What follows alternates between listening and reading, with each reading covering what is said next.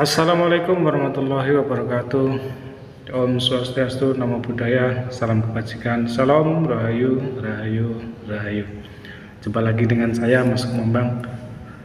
Kali ini saya akan berbagi video lagi tentang ya kehidupan lah, tentang kerezekian ya. Kan kadang orang juga ingin berusaha, ingin berbisnis, akan tetapi orang kadang mengambil jalan pintas, ya diantaranya menggunakan jasa ya apa namanya ya, ya perdukunan lah, atau yang jualan menggunakan pelarisan atau pelet atau apalah itu.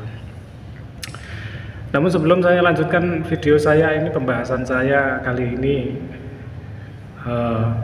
saya akan tetap biasa seperti biasa mendoakan buat para subscriber saya tetap semangat, semoga selalu diberi keberkahan, semoga selalu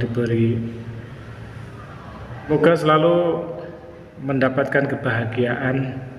Yang sakit mohon semoga cepat sembuh, yang sedang terlilit hutang semoga cepat lunas hutangnya, yang sedang sedih ya mudah-mudahan cepat mendapatkan berita yang gembira tentunya. Kemudian buat para penonton video saya yang baru saja menemukan channel saya, ya silakan subscribe channel saya, karena subscribe itu gratis biar channel saya ini berkembang. Oke, saya lanjutkan pembahasan saya tentang istilahnya apa ya, orang yang berusaha berbisnis lah intinya gitu, seperti jualan, seperti ya semacamnya. Kemudian tidak puas dengan hasil yang diterimanya, karena rezeki itu kan sebenarnya sudah ada yang ngatur. Jadi kalau memang sehari itu dapatnya sedikit, ya memang rezekinya sedikit.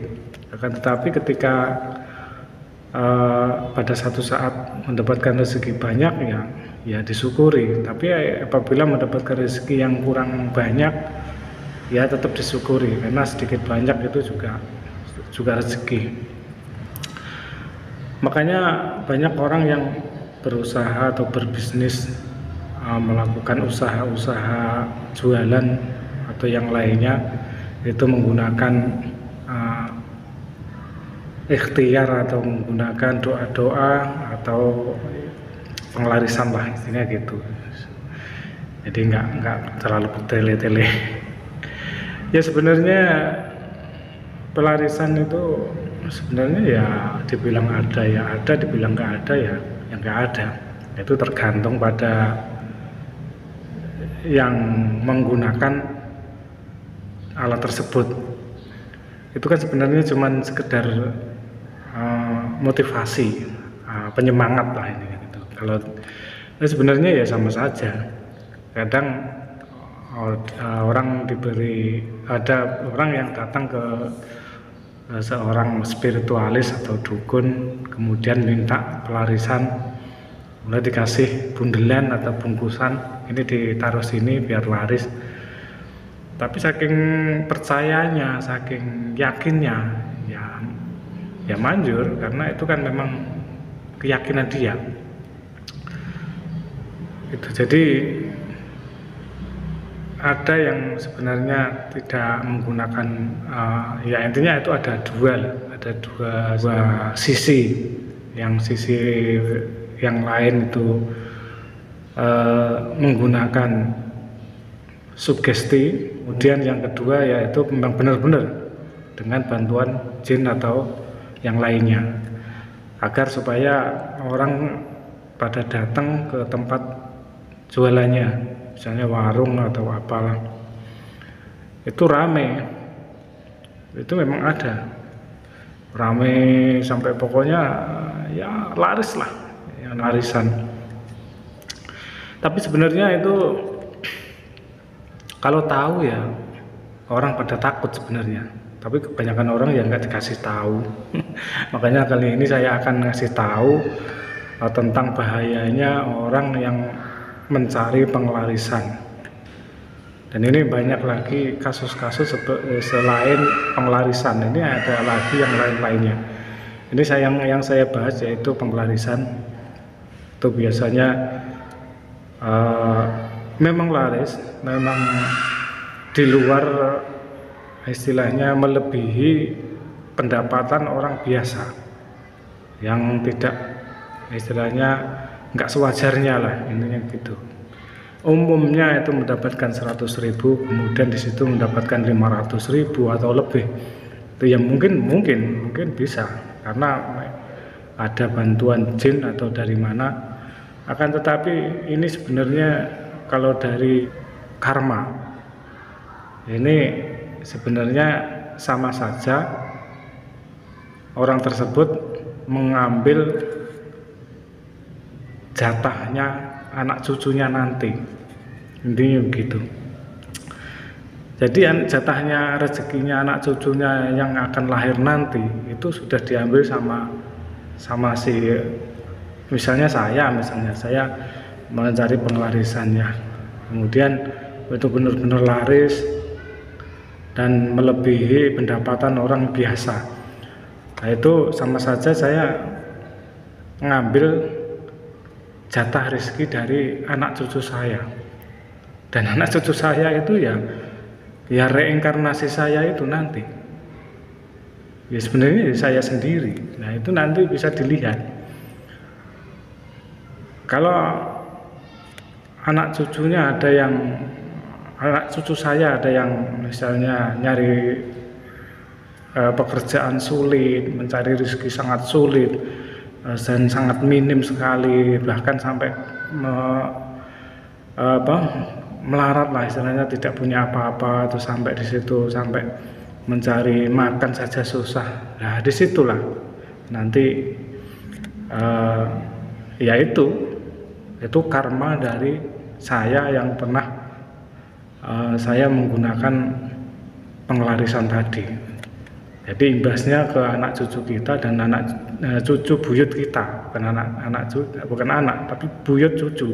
Kemungkinan yang kalau biasanya reinkarnasi itu ya kalau anak ya mau nggak mungkin reinkarnasi ke anak, kemudian kecuali kalau ya nggak mungkin lah istilahnya gitu, pasti cucu kalau nggak cucu buyut biasanya gitu. Jadi sama saja saya mengambil jatah rezeki cucu buyut saya, dan cucu buyut saya itu ya saya sendiri sebenarnya, reinkarnasi saya itu. Jadi intinya ya itu ya yang dinamakan karma. Ya, karma itu ya pasti ada. Jadi karma perbuatan saya sendiri itu sudah menjadi, ya intinya gini, orang itu kalau sekarang seneng ya nanti pasti akan susah. Kalau kita sekarang susah pasti akan nantinya akan senang, karena Tuhan itu menciptakan sesuatu itu selalu berpasang-pasangan. Jadi wong Jawa ono penak, ono ora penak, ono sedih, ono seneng, ono lanang, ono wedok, ono awan, ono bengi. Ada laki-laki, ada perempuan, ada matahari, ada bulan, ada siang, ada malam, dan itu selalu berpasang-pasangan. Kalau hari ini saya mendapatkan kesenangan, kebahagiaan, ya nanti pasti setelah kesenangan dan kebahagiaan itu nanti pasti kesedihan, ini pasti. Kalau sekarang saya sedih, ya nantinya pasti akan senang, ini begitu. Kalau sekarang ini saya merasakan enak, ya nanti pasti di belakangnya merasakan nggak enak juga, karena itu memang sudah berpasang-pasangan. Kalau tidak enak ya nggak enak, ini sudah pasti. Kalau nggak istilahnya ya intinya selalu berpasang-pasangan lah. Kalau hari ini di bawah ya besok pasti di atas, itu dan pasti itu sudah menjadi hukum alam, namanya karma. Dan karma itu apabila sekarang itu merasakan enak ya, nantinya pastinya di belakangnya nggak enak. Kalau kita melakukan kesalahan, melakukan dosa sama seseorang, pernah mukul seseorang, ya nantinya kita akan dipukul juga. Kalaupun kita tidak dipukul, ya cucu buyut kita pasti ada yang dipukul. Intinya begitu. Ini akan karma, ya sama saja dengan pengelarisan tadi. Makanya jangan sampai terjebak dengan kata-kata atau bujuk rayu seseorang atau yang lainnya yang mengajak intinya untuk melakukan pesugihan atau pengelarisan. Ini sama, ini hukum sama. Pesugihan juga sama. Ini nantinya juga di belakang hari kita sendiri yang akan merasakannya, akan tetapi dengan bentuk wujud yang berbeda, yaitu cucu buyut kita. Ya, itu pasti. Dan ini bukan hanya ini saja. Intinya ini apa ya, membahas masalah karma, intinya begitu. Seperti video saya yang telah lalu, bisa ditonton di sini, di atas ini, silakan ditonton. Itu pernah saya membahasnya di situ dan tentang karma. Jadi memang harus berhati-hati. Jadi intinya begitu. Oke, mungkin itu saja video saya kali ini. Terima kasih telah menonton video saya. Wassalamualaikum warahmatullahi wabarakatuh. Rahayu, rahayu, rahayu.